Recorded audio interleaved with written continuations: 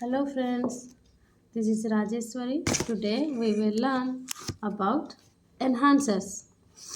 Many genes in mammalian cells are controlled by regulatory sequences located further away from the transcription start site. These sequences may be enhancers or silencers. Enhancers are transcription control elements. These are to increase the basal level of transcription, which is initiated through the core promoter elements. A typical enhancer is 100 to 300 base pair long and essentially consists of an array of binding sites for DNA binding transcription factors. In 1981, the first enhancer characterized was from the genome of simian virus 40, that is SB40. Later on, the first cellular enhancer was discovered in the immunoglobulin heavy chain gene. Although enhancers were first identified in eukaryotic cells, they have subsequently been found in bacteria also. Characterization of enhancers from SB40 and other viruses led to some definition of a transcription enhancer. Let's know about these definitions. First point is it is a cis acting DNA sequence, typically about 200 base pair in size, that strongly activates transcription of a linked transcription unit from its correct initiation site. Second point is second definition is it activates transcription independently of its orientation. Third point is it is able to exert its function over large distance of more than 1000 base pair from a position either upstream or downstream of the initiation site.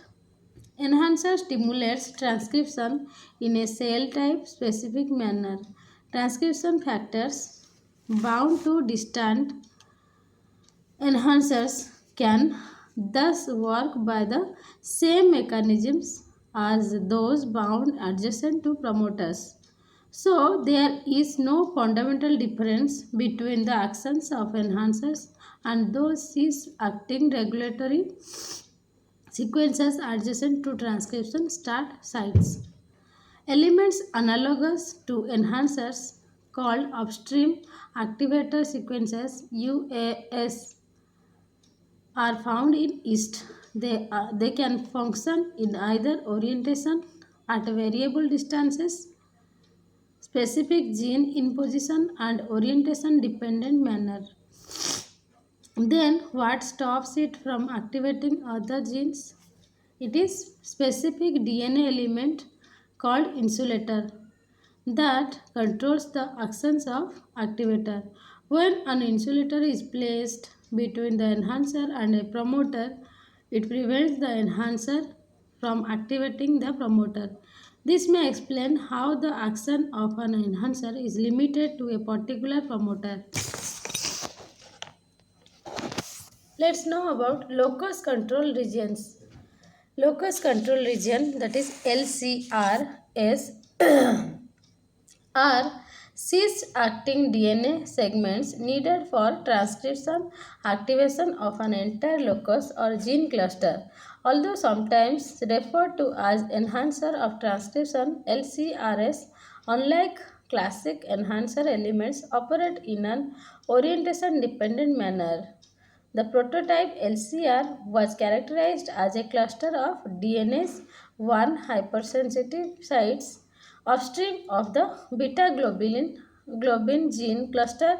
This cluster is hypersensitive sites are known as locus control region. Subsequently, LCRS have been shown to be present in other loci, including gene clusters encoding the alpha globin, MHC proteins and others.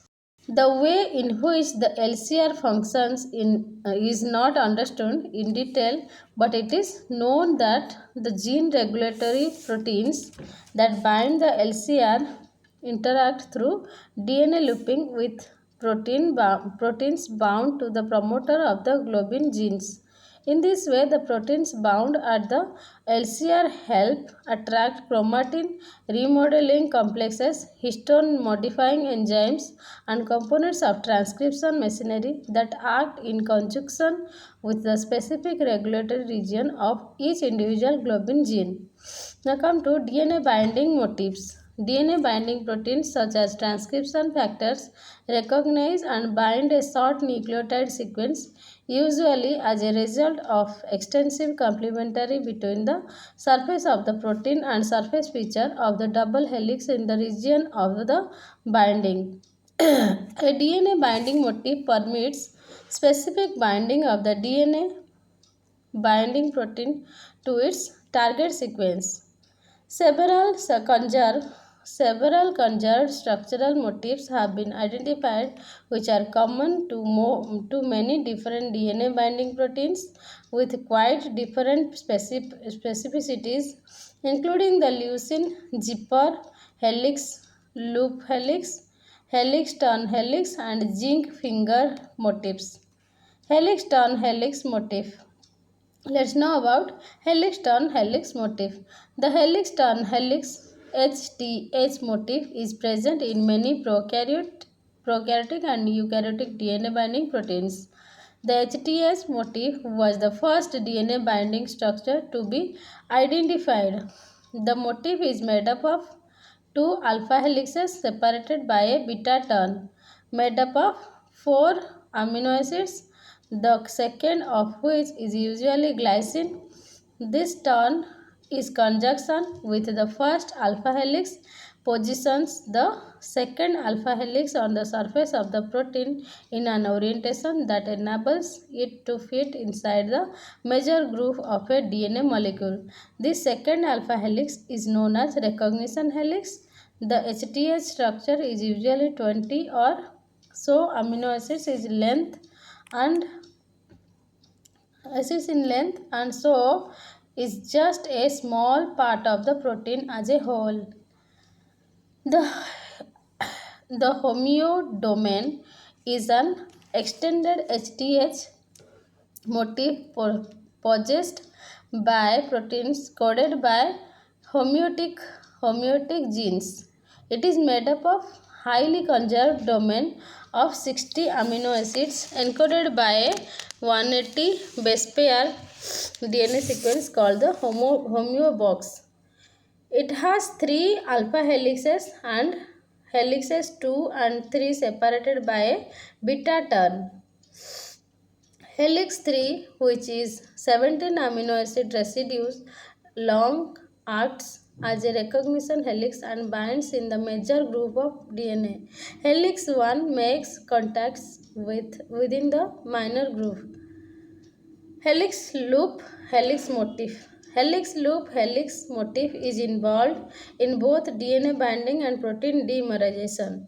The LH motif is composed of two regions of alpha helix of 15 to 16 residues separated by a region of variable length which forms a loop between the two alpha helices. Length of connecting loop varies from 12 to 28 amino acid residues.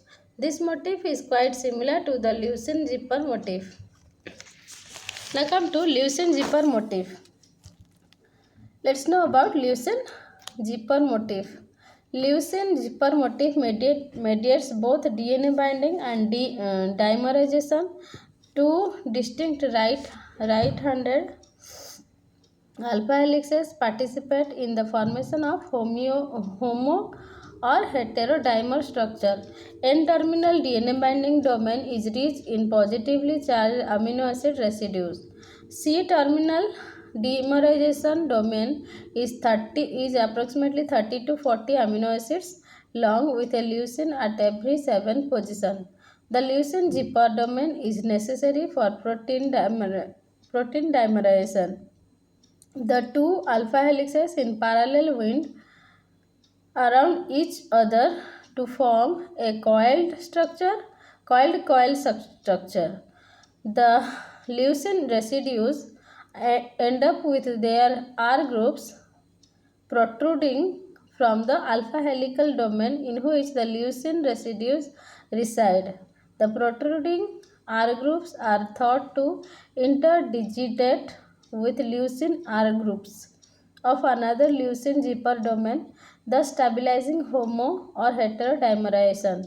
The leucine zipper domain is present in many DNA binding proteins such as C. Junk, JUNFOS and C by EBP. Now let's know about zinc finger motif. Zinc coordinated DNA binding motifs are called zinc finger motifs. There are several types of zinc finger motifs. The most widely occurring zinc finger motif in eukaryotes is the CYS2 his2, that is C2 to H2. Zinc finger was first discovered in a transcription factor called TFIIIA that regulates the transcription of the genes for 5' rRNA. This this class of zinc fingers occurs in clusters. Each finger is approximately 30 amino acids long and is characterized by pairs of Cs and His that always occur at the same relative positions. The consensus sequence of a single finger is CYS X2 to 4 hyphen CYS hyphen X3 hyphen PSE hyphen X5 hyphen LEU hyphen H2 hyphen his hyphen X3 hyphen X hyphen his hyphen. It forms a compact globular domain in which a zinc ion is coordinated tetrahedrally by the cis and his residues. The zinc is essential for correct folding and DNA binding. NMR and X-ray studies have shown that the C2 to H2 finger is a compact globular domain composed of a 12 residue alpha helix packed against an irregular beta sheet with the zinc in between. The alpha helix of each finger lies in the major groove and contacts three base pairs. The base contacts are almost entirely with one DNA strand. A second class of DNA binding domain that makes structural use of zinc is found in the steroid receptors. Steroid receptors are activators. The DNA binding domain of a steroid receptor is a type of zinc finger that has a cis but no his residues. The DNA binding domains of these factors are 70 to 80 amino acids long and contain two zinc ions, each coordinated tetrahedrally with 4 cis residues. They are therefore referred to as CYS2 hyphen CYS2 means C2 hyphen C2. C2 1 C2 zinc fingers. The zinc binding consensus sequence of C2 zinc finger motif is CYS hyphen X2 hyphen CYS hyphen X13 hyphen CYS hyphen X2 hyphen CYS hyphen.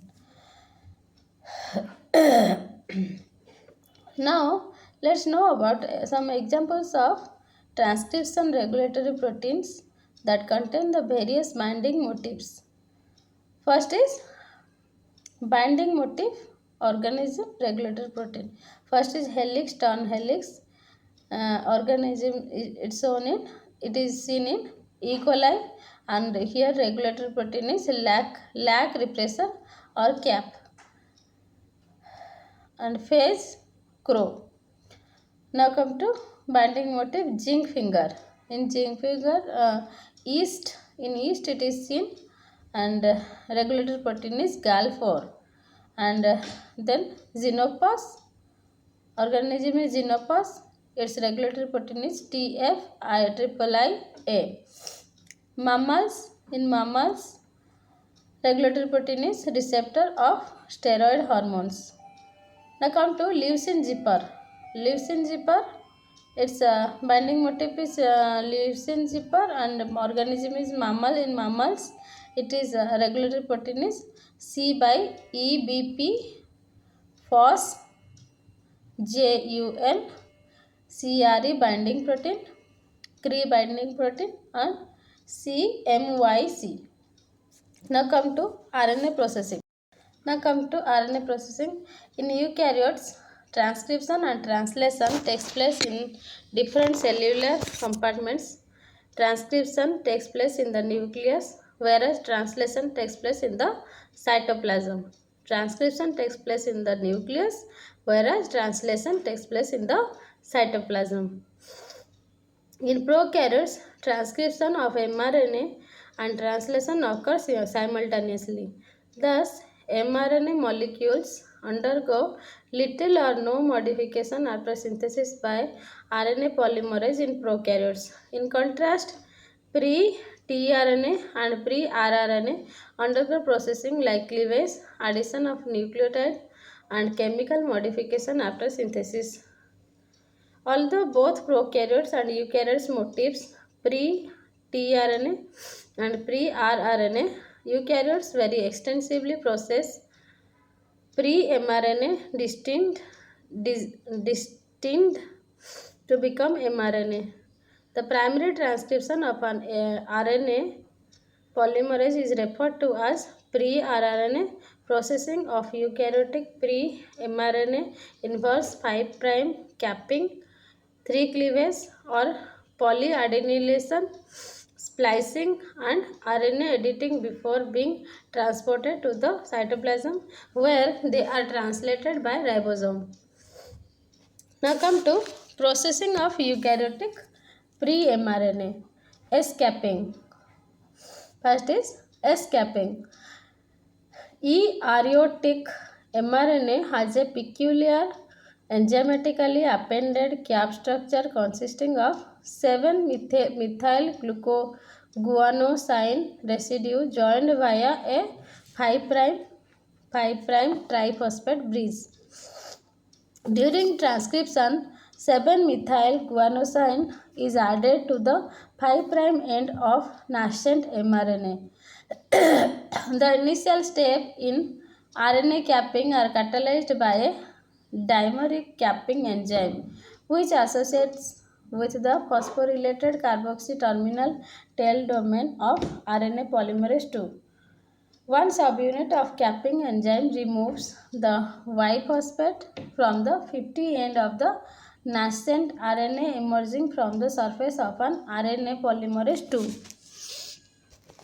The other subunit transfers the GMP moiety from GTP to the 5' diphosphate of the nascent transcript, creating the guanosine 5' triphosphate structure. In final steps, separate enzymes transfer methyl groups from S-adenosyl methionine into the N7 position of the guanine at the 5' end of the nascent RNA. If mRNA has a methyl group on N7 position of guanine at 5' end, then it is called cap0. This is the first methylation step and occurs in all eukaryotes. In some higher eukaryotes, methyl group addition also occurs at second base. But this happens only when the position is occupied by adenine. The reaction involves addition at the N6 position. In some species, a methyl group is added to the second as well as third nucleoside of the capped mRNA. mRNA with methyl group on the N7 position of the guanine and the 2' OH position of the second nucleotide at the 5' end is known as cap1. This is predominant cap in multicellular organisms. Similarly, if methyl group is present at both second and third nucleoside, then it is known as cap2. Transport of mRNA from nucleus to cytoplasm, binding of ribosome with mRNA. Now, let's know about polyadenylation. Virtually all eukaryotic mRNAs have a series of up to 250 adenosines at their 3' ends called poly A tail. These poly A are specified by the DNA and are added to the transcript by a template independent RNA polymerase called poly A polymerase.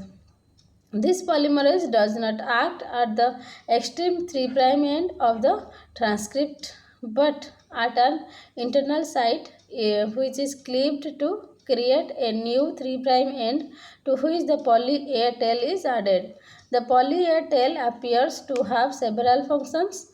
Export of mature mRNA from the nucleus affects the stability of mRNAs and serves as a recognition signal for binding of translational factors during translation initiation. A single processing complex undertakes both the cutting and polyadenylation. The signal is sequenced in the mRNA almost invariably 5' to AAU AAA 3'.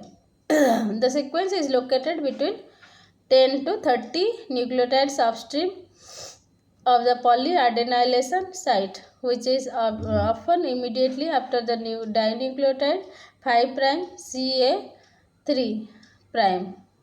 10 to 20 nucleotides downstream of the polyadenylation site is a GU-rich region. Both the poly A signal sequence and the GU-rich region are binding sites for multi-subunit protein complexes, which are respectively the cleavage and polyadenylation specificity factor CPSF and the cleavage stimulation respectively cleavage stimulation factor CSTF. Generation of the proper 3' terminal structure requires an endonuclease to cleave the RNA. Cleavage is followed by polyadenylation in a tightly coupled manner. The poly A polymerase catalyzes the polyadenylation reaction in a template independent manner. Its substrate is ATP. The polyadenylation reaction passes through two stages. First, a rather short oligo sequence is added to the 3' end.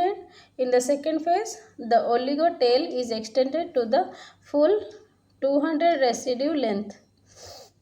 This reaction requires another stimulatory factor that recognizes the oligo tail. This additional factor includes polyadenylation, polyadenylate binding protein, which helps the polymerase to add the adenosines, possibly influences the length of the poly A tail that is synthesized and appears to play a role in the maintenance of the tail after synthesis. Polyadenylation also occurs in some mRNA in bacteria. In E. coli, polyadenylation in some mRNA results in the formation of poly A tail of 10 to 40 nucleotides. It is catalyzed by poly A polymerase associated with ribosomes. Here, poly A tail acts as a binding site for the nucleases responsible for degradation of mRNA. Now come to intron splicing. Intron splicing. Non-coding DNA is also found within the eukaryotic genes. Such genes have a splice structure in which segments of coding sequence are separated by non-coding sequences. The entire gene is transcribed to yield a long RNA molecule and the introns are then removed by splicing, so only exons are included in the mRNA. The process of excising the sequences in RNA that correspond to introns and joining of sequences corresponding two exons is called RNA splicing. Mechanism of mRNA Mechanism of RNA splicing varies depending on the types of introns, and there are many types of pre-mRNA introns. Two types, the GU-AG and AU-AC introns are commonly found in eukaryotic protein coding cells, genes. Now let's know about splicing of GU-AG introns.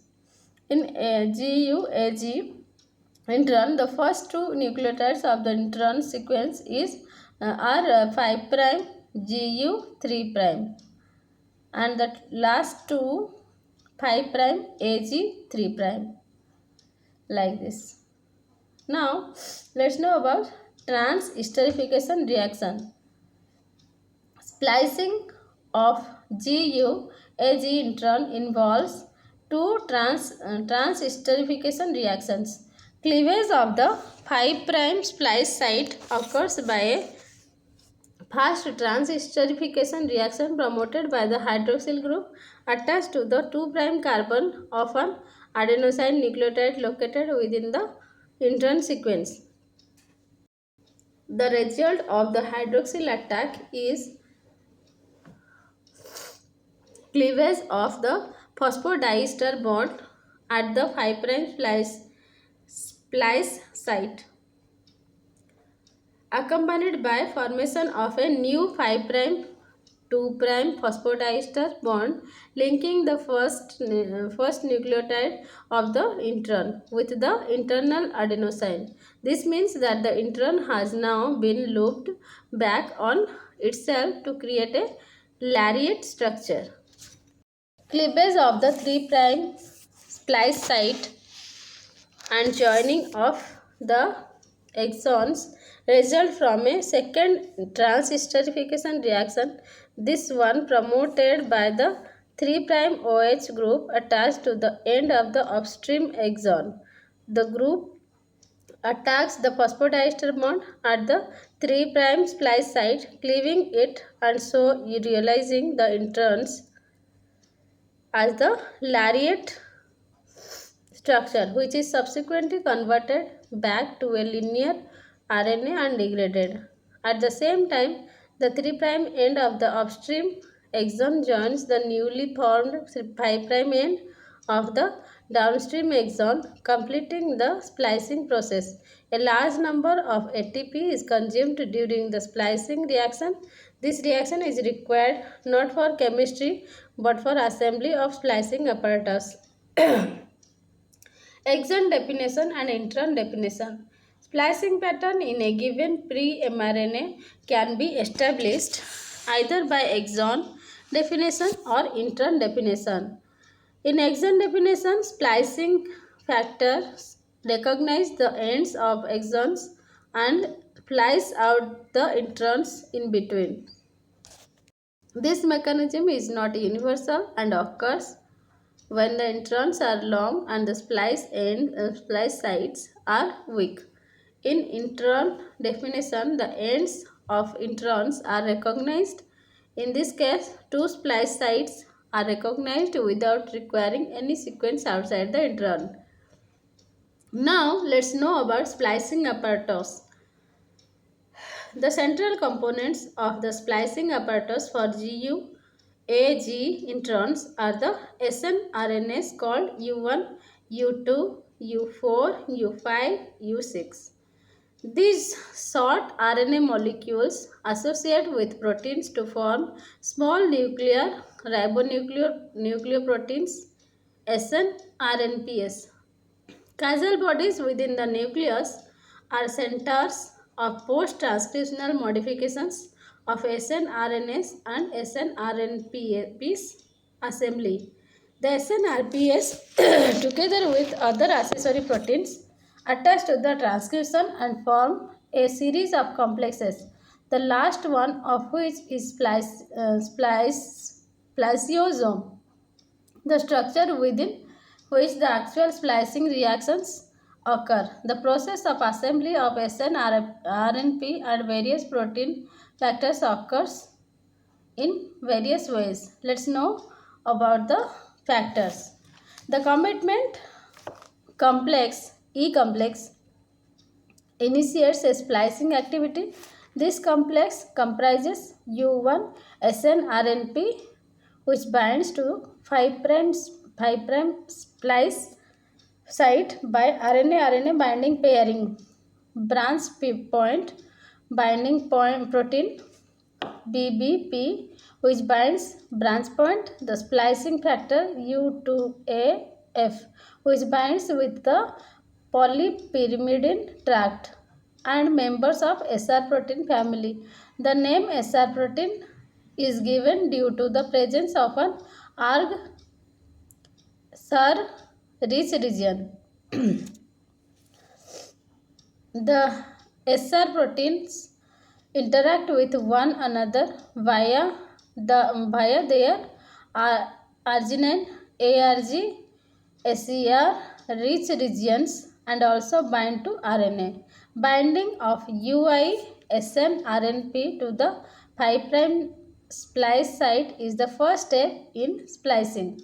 The E complex is converted to the A complex when U2 SNRNP binds to the branch site. The pre-spliceosome complex comprises the commitment complex plus U2 SNRNP, the latter attached to the branch site. At this stage, an association between U1 SNRNP and the U2 SNRNP brings the 5' splice site into close proximity to the branch point. The spliceosome is formed when U4 by U6 SNRNP, a single SNRNP containing two SNRNAs and U5 SNRNP attached to the pre-spliceosome complex. Following formation of the A complex, the other SNRNPs involved in splicing associated with the complex in a defined order. The B1 complex is formed when U5 and U4 or U6 SNRNPs binds to the A complex. This complex is regarded as a spliceosome since it contains the components needed for the splicing reaction. It is converted to the B2 complex after U1 SNRNP is released. The release of U1 SNRNP allows U6 SNRNP to interact with the 5' splice site. The catalytic reaction is triggered by the release of U4. This requires hydrolysis of ATP. When U4 dissociated from U6 SNRNP, U6 SNRNA can pair with U2 SNRNA to form the catalytic active site, that is C complex. This results in additional interactions that bring the 3' splice site close to the 5' site and branch point. All three key points in the intron are now in proximity and two trans esterifications occur as a linked reaction, possibly catalyzed by U6 SNRNP, completing the splicing process. During splicing, ATP is required for assembly of spliceosome, but the trans-esterification reactions do not require ATP. Now, let's know about alternative splicing. During RNA splicing, the introns are precisely excised and the exons ligated together. The majority of nuclear pre-mRNAs are spliced constitutively, that is, only one mature mRNA species is generated from a single pre-mRNA in all tissues. In some cases, however, alternative 5' and 3' splice sites are used during splicing, resulting in the production of more than one mRNA species from a single pre-mRNA. The production of different RNA products from a single product by changes in the usage of splicing junctions or alternative splicing. Alternative splicing has been documented for many eukaryotic genes. The utilization of alternative 5' and 3' splice sites can result in structurally distinct mRNAs by either excluding potential exon sequences or incorporating otherwise non-coding intron sequences. For some pre-mRNAs, alternative splicing is a non-regulated event. For others, the choice of alternative splice sites is regulated in a tissue-specific manner. Drosophila sex determination provides the best example of a regulated alternative splicing. In Drosophila, the primary signal for determining whether the fly develops as a male or female is the ratio of the number of X chromosome and autosome set. Three crucial gene products are involved in transmitting information about this ratio to many other genes that specify male and female characteristics. The genes are called sex lethal transformer and double sex. The function of these gene products is to transmit the information about X chromosome or autosome sets ratio to the many other genes that are involved in creating the sex-related phenotypes. Regulated alternative splicing during expression of genes involved in sex determination in Drosophila. The first gene that undergoes alternative splicing is SXL, whose transcript contains an optional exon which results in an inactive portion of protein SX1. Functional SX1 protein in female blocks the 3' splice site in the first intron of the pre-mRNA. This results in an mRNA that codes for a functional TRA protein. In males, there is no functional XL, so that 3' splice site is not blocked and a dysfunctional TRA mRNA is produced. The resulting female-specific TRA protein is again involved in alternative splicing.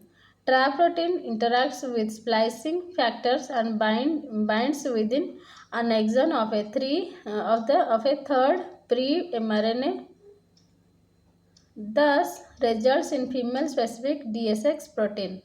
The two versions of DSX are the primary determinants of Drosophila sex. Now let's know about transsplicing. In transsplicing, exons from two separate RNA transcripts are spliced together to form a mature mRNA molecule. In trypanosomes, a single exon is spliced onto the 5' end of many different RNA transcripts produced by the cell. In this way, all of the products of transsplicing have the same 5' exon and different 3' exons. The reason that a few organisms use transsplicing is not known. Now, let's know about RNA editing. RNA editing can be best defined as changing the nucleotide sequences of RNA so that a mature RNA differs from that encoded by the genomic sequence. In eukaryotes, RNA editing is widespread, occurring in organisms as diverse as yeast and humans. Many different classes of RNA, including tRNA, rRNA, and mRNA, are edited to varying extent. RNA editing is carried out in two different ways: site-specific base modification editing and insertion, deletion, and editing. Now come to site-specific base modification editing. This type of editing includes nucleotide transition or transversion in all classes of RNA. Two very common deamination based RNA editing are known as C to D, C to U editing and A to I editing. However, transamination can also occur as in the case of U to C editing in the Wilms tumor gene. A notable example of C to U editing occurs with the human mRNA for apolipoprotein B.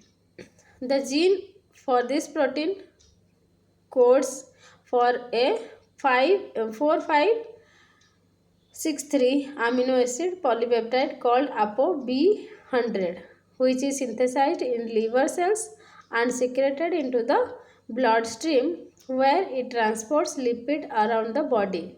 A related protein ApoB48 is made by intestinal cells.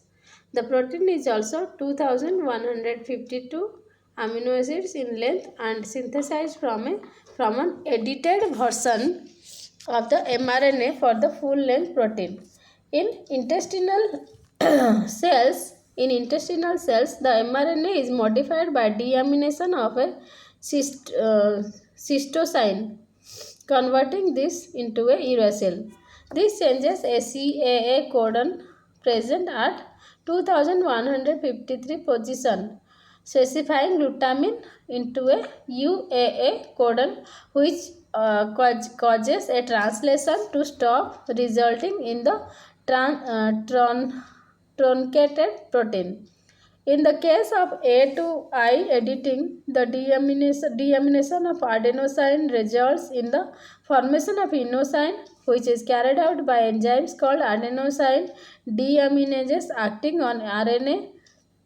Inosine I behaves like guanosine. Its base pairs preferentially with cytosine, and when present in a codon is translated during protein synthesis as if it were G.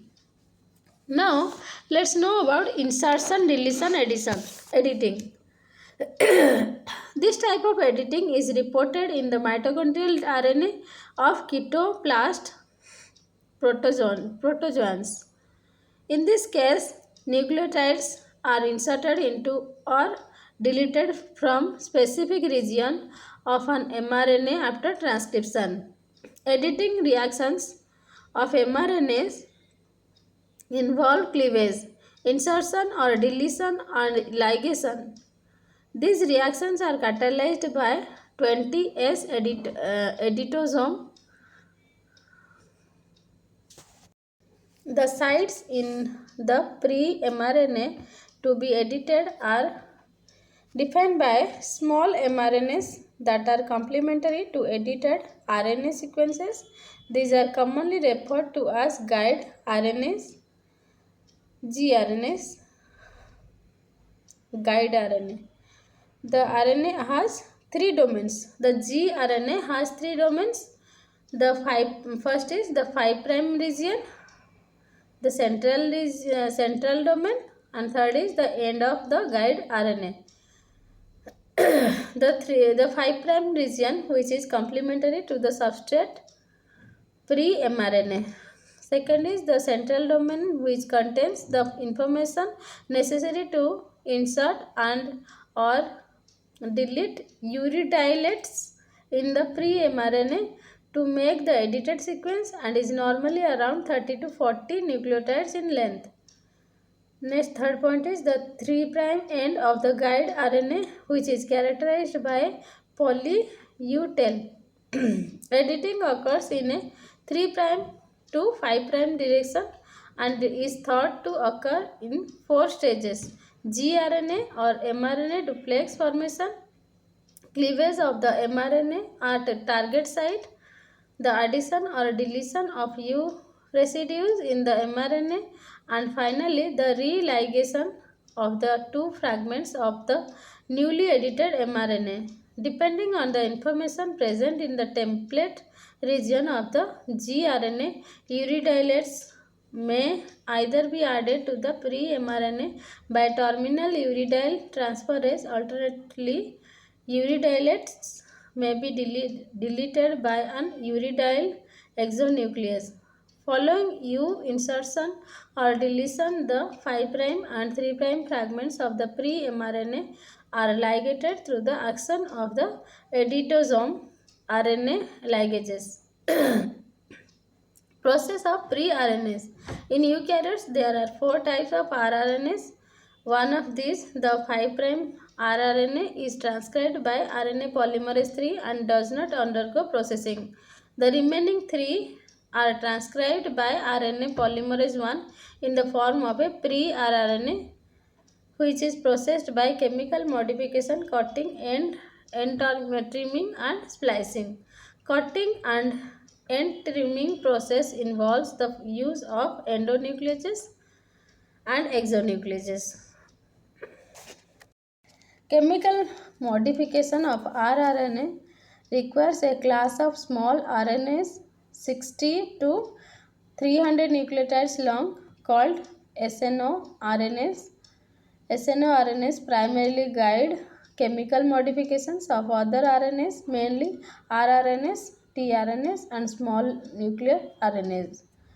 There are two main classes of SNORNAs, the C by D box and C by D box SNORNAs, which are associated with methylation, and the H by A CA box SNORNAs, which are associated with pseudo-uridylation.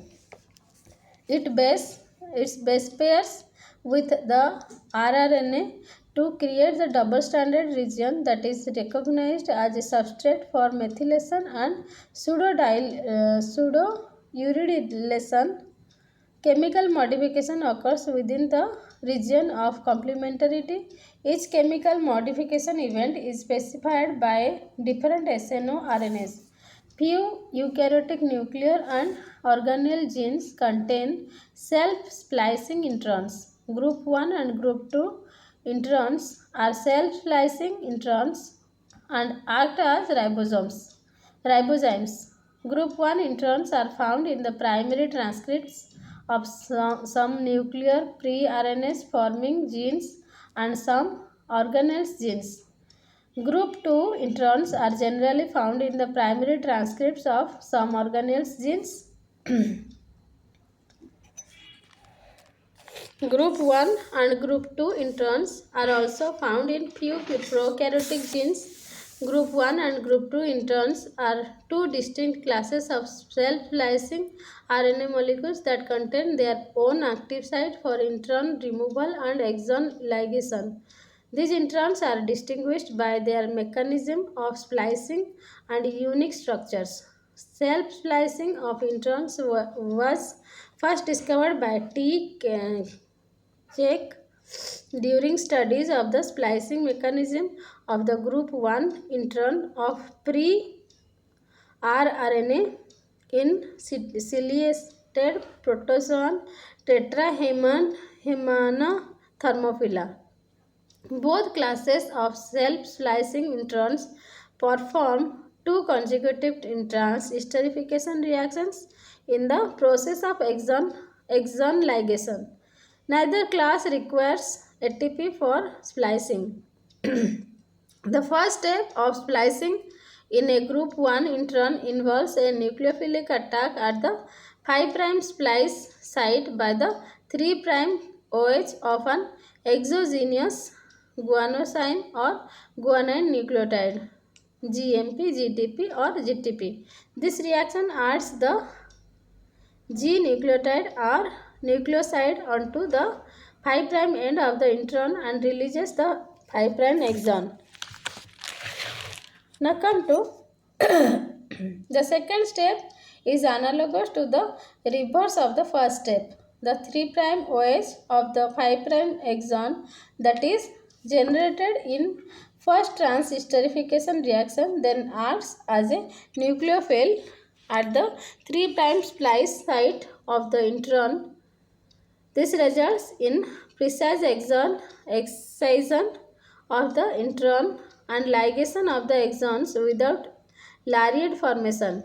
Both the first and second step of the splicing reaction are fully reversible because no net energy is consumed. Unlike the group 1 introns, group 2 introns utilize an internal nucleophile for the first step of splicing. The 2' OH of a highly conserved a nucleotide of the intron attacks the 5' splice site.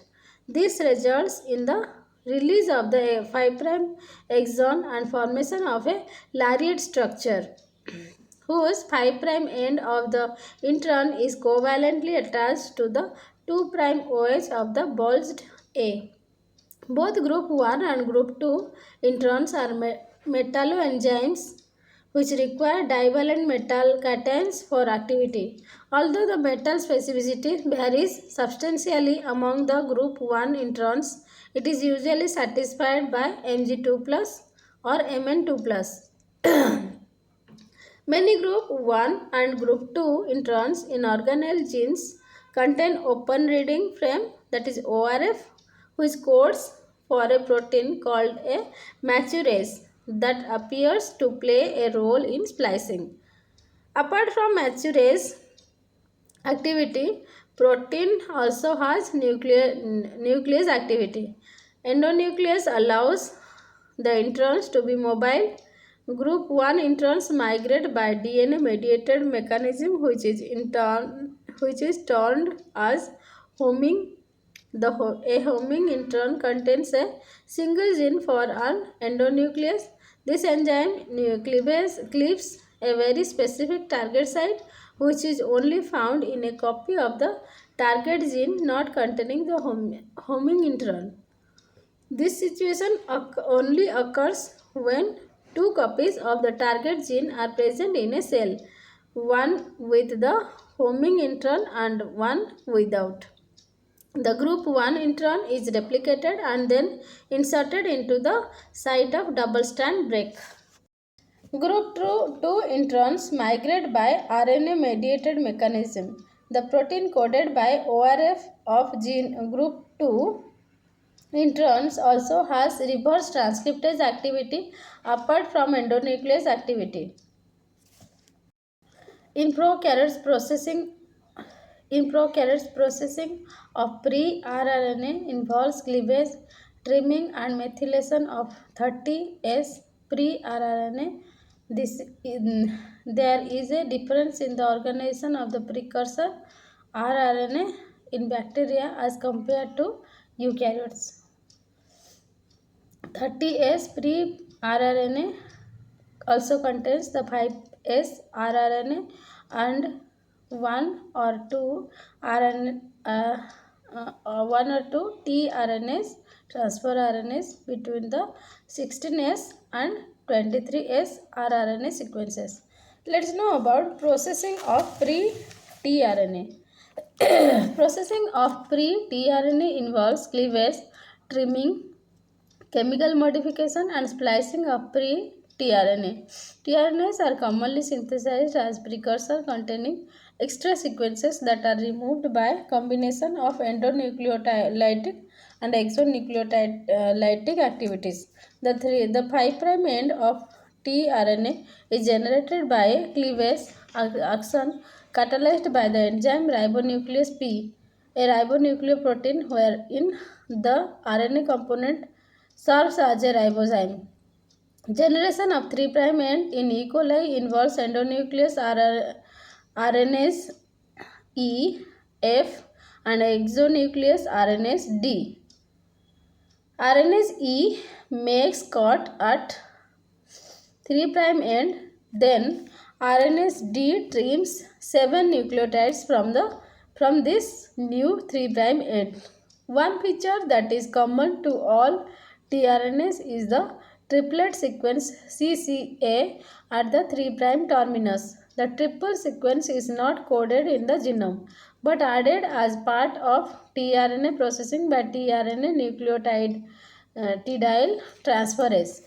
Apart from cleavage and trimming, Several types of chemical modifications like methylation, the saturation of a double bond occur in pre-tRNA. Eukaryotic nuclear pre-tRNA contains pre-tRNA introns. Most splicing reactions occur by trans-esterification reactions, but the splicing of pre-tRNA introns in eukaryotes is achieved by a different mechanism that relies upon separate cleavage and ligation reactions. An endonuclease cleavage cleaves the tRNA precursors at both ends of the intron. Release of the intron generates unusual 5' hydroxyl and 2' to 3' cyclic phosphate ends. The 5' OH end is phosphorylated by polynucleotide kinase and the cyclic phosphate group is opened by phosphodiesterase to generate a 2-phosphate terminase and 3' OH group. Exon ends are finally joined by an RNA ligase and the 2' phosphate is removed by a phosphatase. Introns in tRNA genes are unrelated and there is no conscious sequence that could be recognized by the splicing enzymes. The splicing of tRNA depends principally on recognition of a common secondary structure in tRNA. All the introns include a sequence that is complementary to the anticodon of the tRNA. The exact sequence and size of the intron is not important. Let's know about mRNA degradation or prokaryotic mRNA. The average half-life of bacterial mRNAs is only about 1.5 minutes. Degradation of mRNA occurs in the 3' to 5' direction and is mediated by several endo and exonucleases. No enzyme capable of RNA degradation in 5' to 3' direction has yet been reported in bacteria. Endonucleases make internal cut in RNA molecules, whereas exonucleases remove nucleotides sequentially from the 3' end of an mRNA. In E. coli, RNase E and PNPase along with RNA helicase are located within a multi-protein complex called the degradosome. Eukaryotic mRNA. The average half-life of eukaryotic mRNA is much longer than bacterial counterpart, on average 10 to 20 minutes in lower eukaryotes like yeast to several hours in mammals.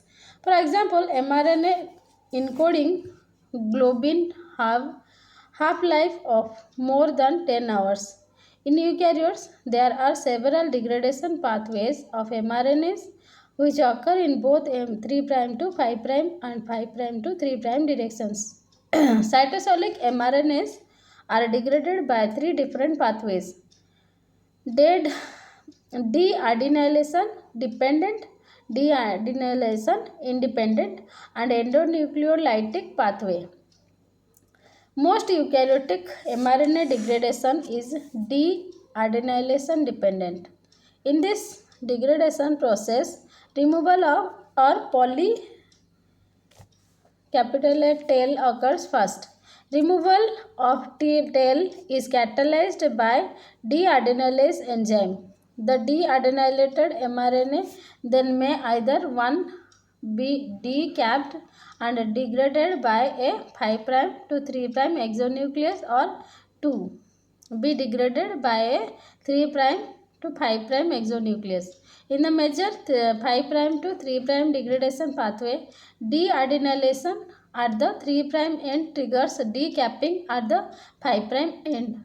This shows that each end of the mRNA influences events that occur at the other end. Decapping reaction occurs by cleavage of 1 to 2 bases from the 5' end. Removal of the cap triggers the 5' to 3' degradation pathway, in which the mRNA is degraded rapidly from the 5' end by the 5 prime to 3 prime exonuclease.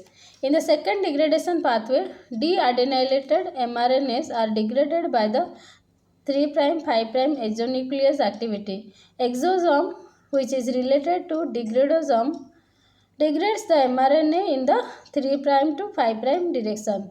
The exosome is also found in the nucleus, where it degrades unspliced precursors to mRNA. In in deadenylation independent pathway, mRNAs are decapped and degraded by the 5 prime to 3 prime exonuclease. Some mRNAs are degraded by an endonucleolytic pathway that does not involve decapping or deadenylation. mRNA surveillance. Let's know about mRNA surveillance. In the last few years, it has become clear that a conserved mRNA degradation system, referred to as mRNA surveillance, exists in eukaryotic cells to degrade aberrant mRNAs. mRNA surveillance is commonly referred to as a nonsense mediated decay (NMD) because the majority of the transcripts known to be degraded by this mechanism contain the premature translation termination codons. This process plays an important role in checking that mRNAs have been properly synthesized and function, at least in part, to increase the fidelity of gene expression by degrading aberrant mRNAs that, if translated, would produce truncated proteins. A critical issue is how normal and aberrant mRNAs are distinguished and how that distinct leads to differences in mRNA stability. A critical distinction between aberrant and normal translation termination appears to be a biochemical difference in the termination reaction itself. Evidence about the NMD alterations in the termination process has come from the analysis of proteins that are essential for NMD, which include UPF1, UPF2, UPF3. UPF1 is a cytoplasmic protein that has a CYS HIS rich region at its N terminus. It is a helicase that has RNA-dependent ATPase and ATP-dependent 5' to 3' helicase activities. It interacts with translation release factors ERF1 and ERF3, providing a direct link between the termination complex and the NMD machinery. In the cytoplasm, ribosomes associate and translate the mRNA but are stalled on encountering a premature termination codon. This results in binding of factors such as UPF1, ERF1 and ERF3 to the ribosome. Thank you. Finally finished.